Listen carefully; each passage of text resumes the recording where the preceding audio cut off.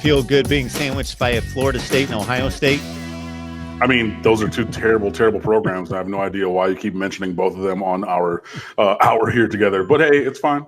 No worries. I'm sorry. I wasted about 12 seconds doing that. I took it away from our 60 minutes. No, it's all good.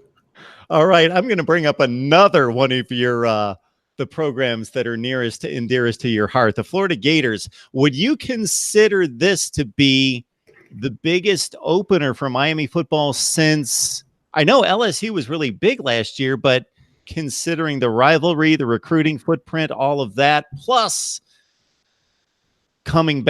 trying to come back from 7-6, all those factors that come into play, in Florida having a bounce back season last year, all that coming into play, playing all by your lonesome for the entire nation to see week 0, all of that put together, the biggest opener since when?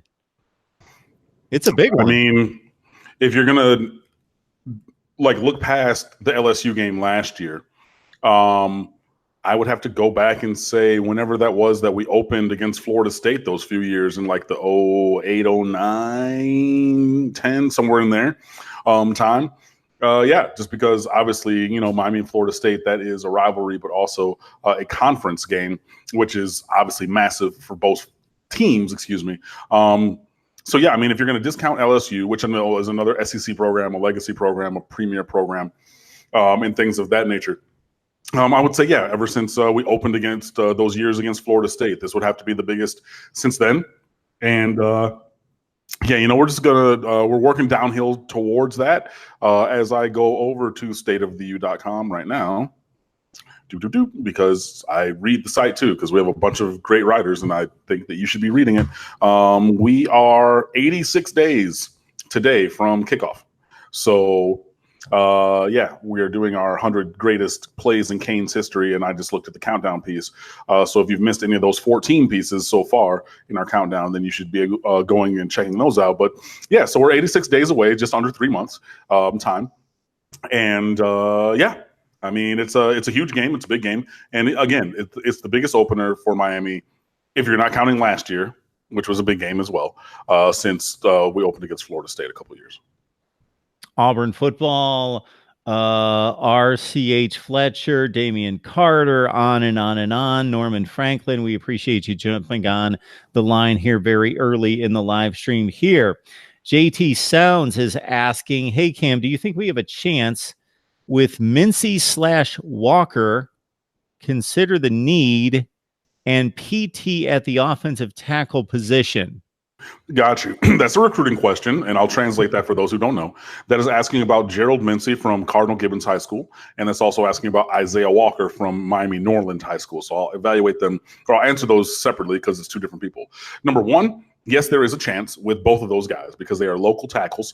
They're local players, and Miami has been connected to both of them. So there is a chance there.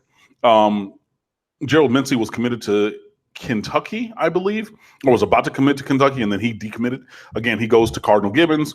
Miami's been recruiting guys like Chris Bogle last year who ended up going to Florida from Cardinal Gibbons. So there's that. I haven't really checked up. Well, actually, I'm writing this month's class breakdown right now, and I haven't gotten to the offensive line to really dig into that. But I know that Miami is pursuing him. And is turned up the heat, which is part of the reason why he decommitted, I believe. So there is a chance there. Isaiah Walker is a 4-star player. He's the more heralded of those two. Isaiah Walker is a 4-star player. He goes to Miami Norland Senior High School, which is literal walking distance away from Hard Rock Stadium. It's right down 199th Avenue, 199th Street, and then you take a right when you go east a little bit from the stadium. But it's literal walking distance from there.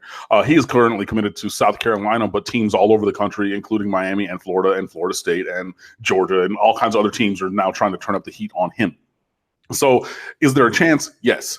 Isaiah Walker's been to campus. He's supposedly going to visit again, even though, he is still committed to South Carolina. But for both of these players, but especially for Walker, there is heavy competition. So yes, there's a chance with both. Yes, we have a need for tackles. Yes, we have playing time by the bushel load to give to tackles.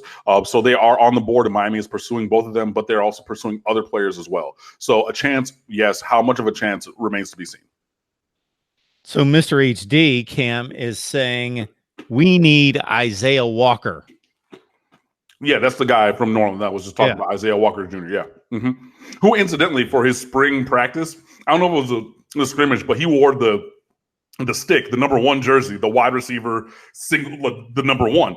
So there's pictures on recruiting sites on his profiles of him wearing the number 1 jersey, and he put it up on Twitter. And he was like, "Oh yeah, got the stick. I'm gonna wear the stick." We were like, "Bro, you're not gonna wear the stick. Like nobody's gonna give you the number 1 jersey." But lo and behold, he was wearing number 1 for a scrimmage. So yeah, I mean, obviously he's a very talented guy and would be a huge get for Miami. But again, there are multiple guys on the board. There's multiple guys that we're going after, and Isaiah Walker Jr. has to be towards the top of that list.